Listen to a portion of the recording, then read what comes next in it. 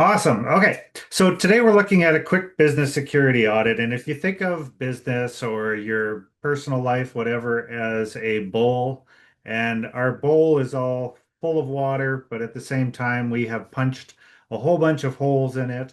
And the goal of this is just to recognize what some of those holes are so that we can plug them and keep the water inside our bowl. We're not going to catch everything with this. It's just a way to sort of take a benchmark and be like, oh, yeah, we need to think about these type of things. And so through this security audit, we ask about 50 questions. So we'll move along pretty quick so that we can keep it within our half-hour block. But if you do want to follow along, I'll give you a link. I put it in chat. And if you're following this on YouTube later, Facebook or something, there's a link in the description to our website form where you can actually fill this whole questionnaire out. And we'll send you back a report based on your answer saying, okay, based on what you're looking at and your lay of the land, these are different things that you can do over the next 3 to 6 to 12 months to improve your security posture, both on and offline. So there's 5 areas we're going to look at, but before that, just a quick mention, we do have our school community going on. And if you're interested in security and want to join the conversation, I've included a link either in the description below or in chat if you're with us live, where you can actually see and join in with conversations we're having every day about different security topics. So, looking ahead at our businesses, at our organizations, at ourselves, we can use this audit for everything. And is your business actually really secure? Uh, learnonlinesecurity.com/business security audit. And that is where our form is. So let's look at 5 different areas. The first one is IT network and device security. So with these questions, we're going to focus primarily on network, computer, those type of things. So step one is, do you have a business class antivirus? There's different levels of antivirus out there. You can get free ones that are not updated very often, and then you can get ones that you pay a lot for that are updated more frequently. They focus on a lot of the ongoing trends that are happening. And so it's basically the amount of protection that you want. And so if you do, what is that type of antivirus? By knowing that, we can sort of spec you into, okay, this is the type of response that you can expect from your antivirus. Second question is, do you use Wi-Fi? Do you have a Wi-Fi network and is it encrypted? And so by encrypted, we mean, do you have to log into it? Because you can have open Wi-Fi networks and people will be able to just, jump on your Wi-Fi whenever you want. Sometimes the businesses will use those as guest networks, and often we encourage them to at least even the guest network to be password protected in some way. Question number 3, do you have a firewall? Firewalls, if you're not familiar with a firewall is it can be a software application or it can be a actual appliance. We prefer the appliances because all of the stuff that firewalls do is actually done directly on the device. It's not sent somewhere else and then comes back. And so the firewall then is your digital security guard. So information comes in, requests come in, they run into the firewall. The firewall says, is this legit? Is it not legit? And then it passes it on accordingly. Question number 4, do you have a separate network for staff and guests? It's super important, especially within a business, if you have guests coming and using your networks to actually create lanes for that traffic so that they can't talk to each other. And that prevents me from coming and having a meeting at your organization and then coming back later, logging onto your Wi-Fi from outside your business and then trying to attack your network. If those are completely separate lanes so that the guest network can only just access the internet, they can't actually access any of the devices inside. It helps protect your internal devices. Are admin accounts on computers and network devices limited to only those who need them? Uh, Typically, when we set up computers, we like to give everyone full admin access. And one of the ways to prevent your computer from being hijacked is to actually not to use your admin account all the time. You actually have a user account that you sign in and you do most of your work. And then you have a separate admin account that requires a different password to actually install software and things like that. By setting it up that way, it when you go to install something, it does prompt you to put in your admin password, but it also prevents unwanted software from being automatically installed because they need the admin account in order to install it. So if you were to accidentally download something and trigger it, it would then prompt you to actually install it. Do you have a regular patching schedule for network devices? So your computers and endpoints, operating systems, software, also for different devices in your home or office. We have access points, we have switches, we have all of these little network components. And if you have one of the ways that attackers will try to leverage your network against you is, let's say that you have a really old router that you've been using for 10 years. And if that router has new software that fixes a security hole but is never updated, an attacker can figure out, okay, they're using this particular router and they're using this particular system. I know that that system has this vulnerability, so I can then test and see if it's been patched or not. And if it hasn't been patched, then that's their sort of opportunity to get into your system. Seven, is remote access secured through a VPN or another secure channel? So not everyone uses remote access, but if you do have some form of remote access, how does that handled? Is it through a secure channel or a virtual private network of some sort that's set up? Another thing that's really important, especially for larger organizations, is an inventory of all your devices. Devices are easily, you finish with a laptop, you upgrade, the old one just gets tossed on a shelf, and there isn't an actual sort of retirement for the device done. And having a proper device retirement plan allows you to say, okay, this is how it gets wiped, this is where it gets stored, this is where I send it away to be disposed of, and making sure that your data isn't just being passed on to the next person. Number nine, is there an automatic screen lock and inactivity timeout on devices? When I walk away, does my device get locked or is it just open available all the time?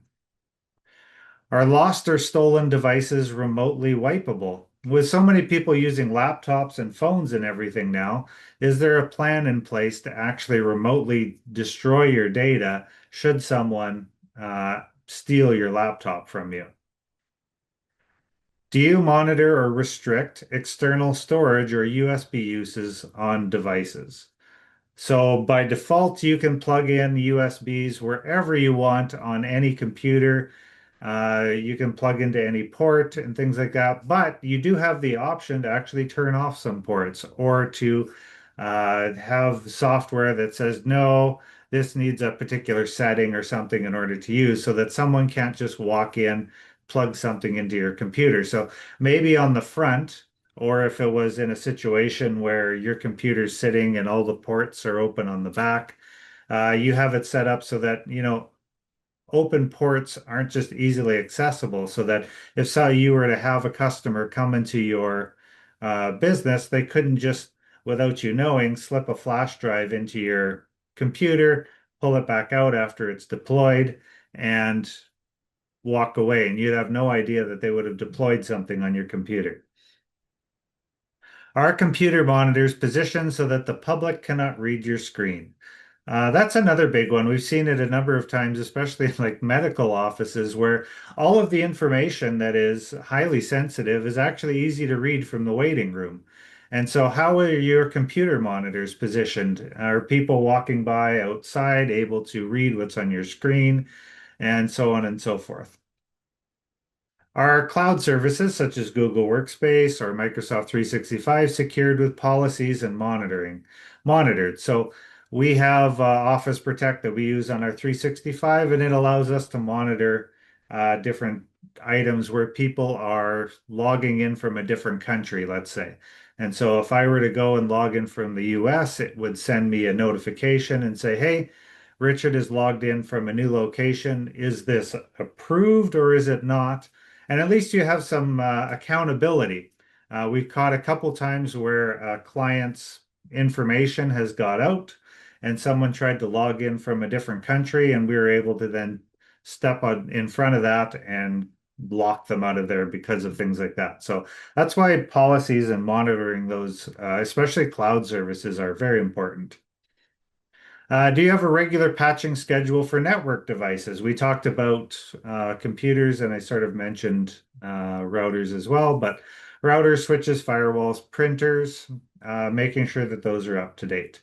And finally, for the network portion, do you have a backup solution for your data? Making sure that information is backed up beyond just one point. Ideally, you want 3 points of backup. You want your item that you're working on, then you want to have a backup, and then you want to have a redundant backup in case your backup fails. And so having those in place before you need them is super important. Any questions about the network? We're going to jump into email security here. Or maybe we just leave all the questions to the end if you want to. I'll just keep hammering through these. And if you save all your questions to the end or put them in chat, then I'll jump on them at the end there. So email security here. With your email, is multi-factor authentication enforced for all email accounts? Also important. Two, do you have SPF, DKIM, and DMARC records configured for your domain? If you have no idea what that is, quick and simple, these are records that are put in at the domain level. And what they do is they will validate the sending and receiving of email. So uh, when I send an email, it will say, hey, this is the SPF record that should be, they should only be allowed to send from X, Y, and Z. And, you can configure these records to say different things. But basically, it validates that me as a sender, that I am who I say I am. Our suspicious emails automatically flagged your quarantine. So having those triggers in place. Can employees easily report phishing from their inbox? So how do you deal with when I do receive phishing or some sort of spammy email? How is that dealt with? Are auto forwarding rules reviewed to prevent unauthorized data loss? Um, I could go into so many stories, but then this will take forever. But one quick one is there was an attack on someone recently that we know of. And what the attacker actually did is they had access to their email account. They figured out their password through a security breach. And instead of really doing too much, all they did is they inserted an auto forwarding rule into their email system so that when an email arrived, it just auto forwarded it to this scammer's Gmail account. Then they just reviewed that. They then recreated all of those emails into a fake email back to the customer and pretended to be, the our client.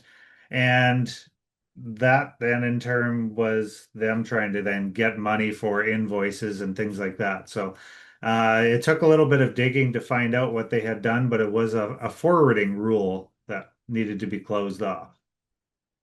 Is email retention configured based on legal compliance needs? So how long do you need to keep your emails? Are admin accounts monitored for unusual activities such as out-of-country logins, which we talked about before? Do you block executable attachments or enforce file type rules? So basically, your antivirus does it automatically block certain type of extensions or attachments. There's some attachments that when they are just in your email, they can almost auto execute themselves. So if you can block those before they have opportunity to do that, then that is great. Our shared mailbox is secured and monitored. So that would be more for if you're using Google or Microsoft or other similar solution where you have a shared mailbox that not necessarily attached to a user, but everyone uses in the office.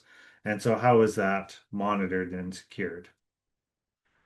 Is there a policy for email signatures and disclaimers? So do you have a standard email signature or disclaimer that's across your entire organization? Are emails sent to external recipients encrypted when necessary? There is encryption that is available within, I'll use 365 as an example because we use it all the time.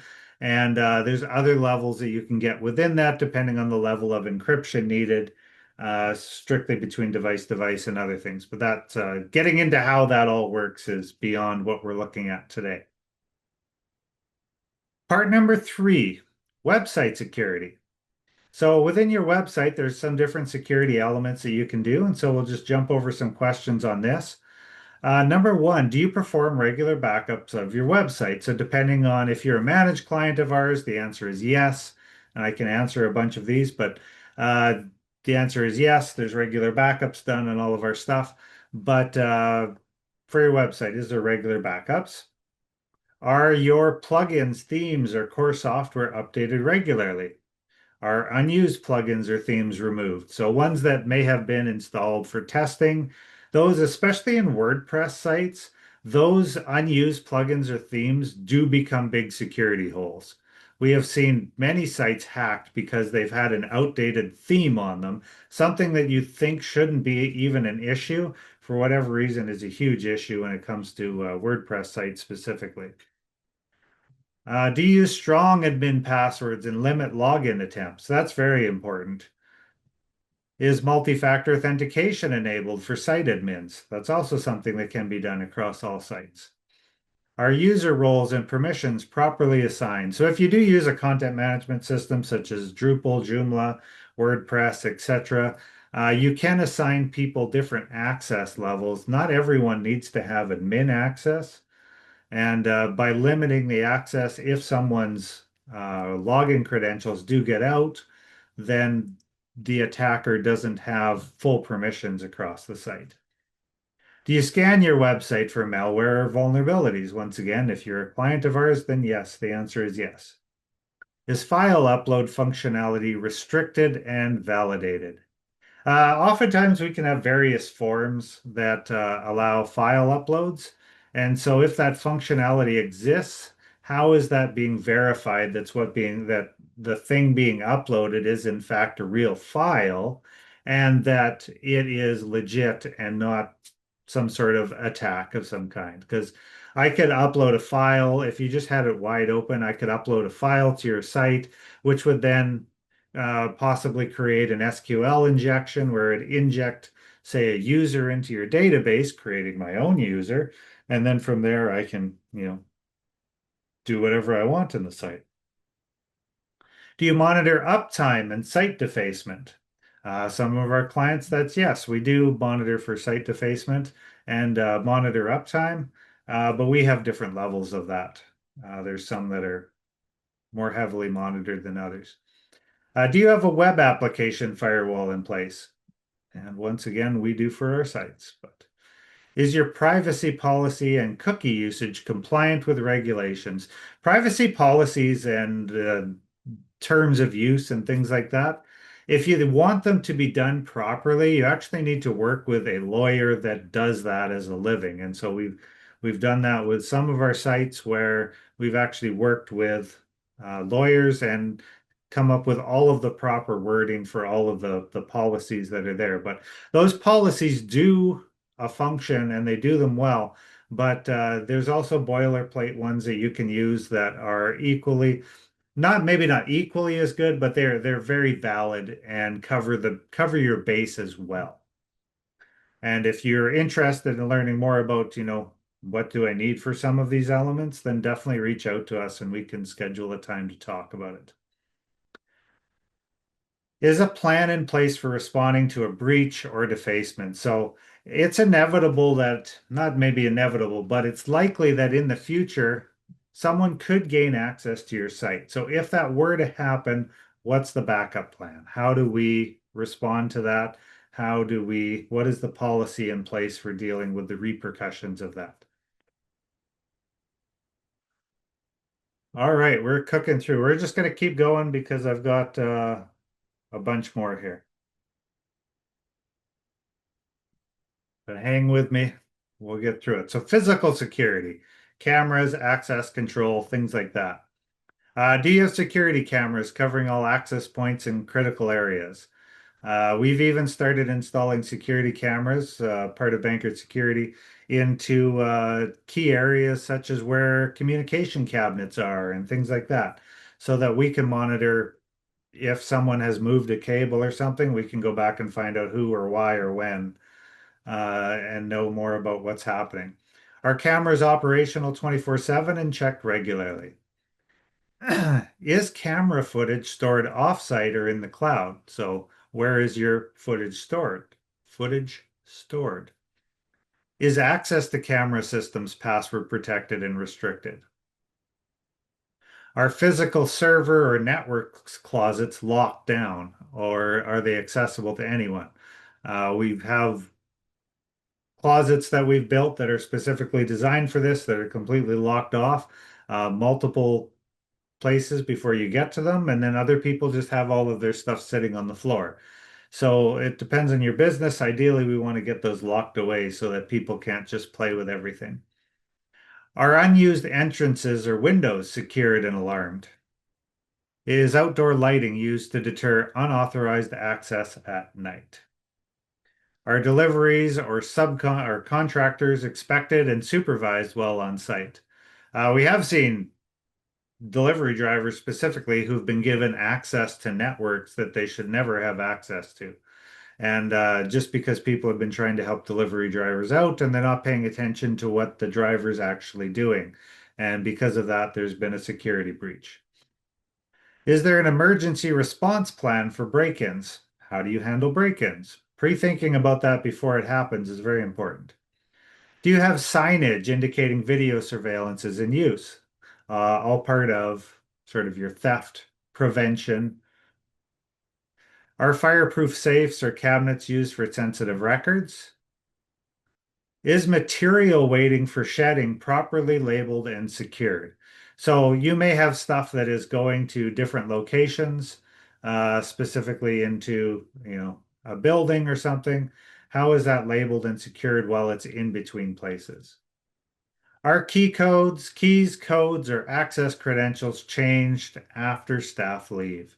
So once you have staff on site, but then after they leave, how do you protect your data afterwards? Making sure you have those policies in place in terms of this is when a staff leaves, these are the steps that need to be taken in order to re-secure all of our data because now that staff becomes a breach opportunity. All right, our last part here, I believe, security awareness and training. So equally important to the physical, the network, security, all of those things is how do we train our staff so that they're continually learning and understanding not only the existing uh, threats that are out there digitally, but the social engineering threats that are out there. So, do new employees receive security training during onboarding? Is there a section where people learn about security training, or is it just expected that they should know? Is regular cybersecurity training required for all staff? So, if yes, how often? Is social engineering included in your training? Is shadow IT, such as unauthorized apps or tools, addressed in training? So many people will like to install sort of their own programs and different things on their computers. Well, how is that covered into, this is why you shouldn't actually be just installing your own stuff on your computers or sharing your information with your kids or whatever it is, especially when it comes to work stuff. Do staff know how to report a suspected breach or phishing attempt? Now, we talked about that earlier, but in terms of training, are you doing the training for it? It's one thing to say we have a policy for that.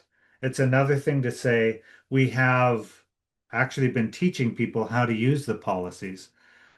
Do you conduct refresher training after a security incident? Do you have a written cybersecurity policy? Are staff discouraged from using personal email accounts for work? That's very common as well, where someone, especially if we have clients that are moving from, they've been using personal accounts forever, and now they're moving into a business environment where they're like, we actually need to start using a business email. Getting that fully switched over so that the personal email accounts get shut down. Because when you're starting to mix all of your personal and work together, then it's easy for stuff to get lost or missed and hard to keep it secure. Are staff discouraged from writing down passwords on sticky notes? That's a very popular thing to do. Are password managers recommended or provided? We have several password managers that we use. Do you communicate recent scam trends or attack methods to employees? So are employees actively learning about what's actually happening in the security community right now? That's one of the reasons we have our school community. And so you can join our school community, and through there, you're engaging in regular conversations about what's happening.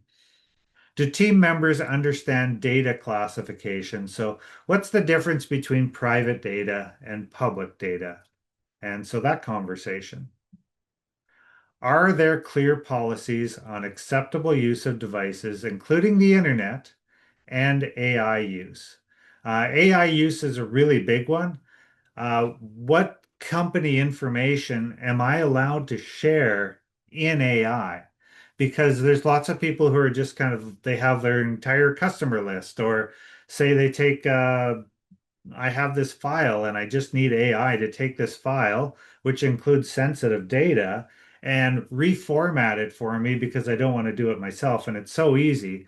But I feed that into the AI model. Well, now I've just shared that with the owners of that AI model. And so having policies in place for both, this is the ways that I can use internet while I'm in the office business environment. And this is also the ways, my sandbox of the ways that I can use AI appropriately within our organization.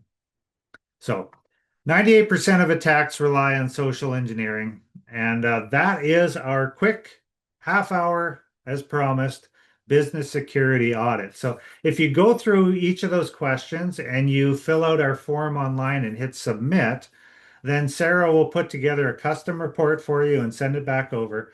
And that will include all of based on your answers, will include suggestions of these are things that you can focus on over the next little bit to help plug some of those security holes within your organization. And as always, join our Learn Online Security podcast at learnonlinesecurity.com. It's available on all the wonderful places, including YouTube, Apple Podcast, Apple Music, etc.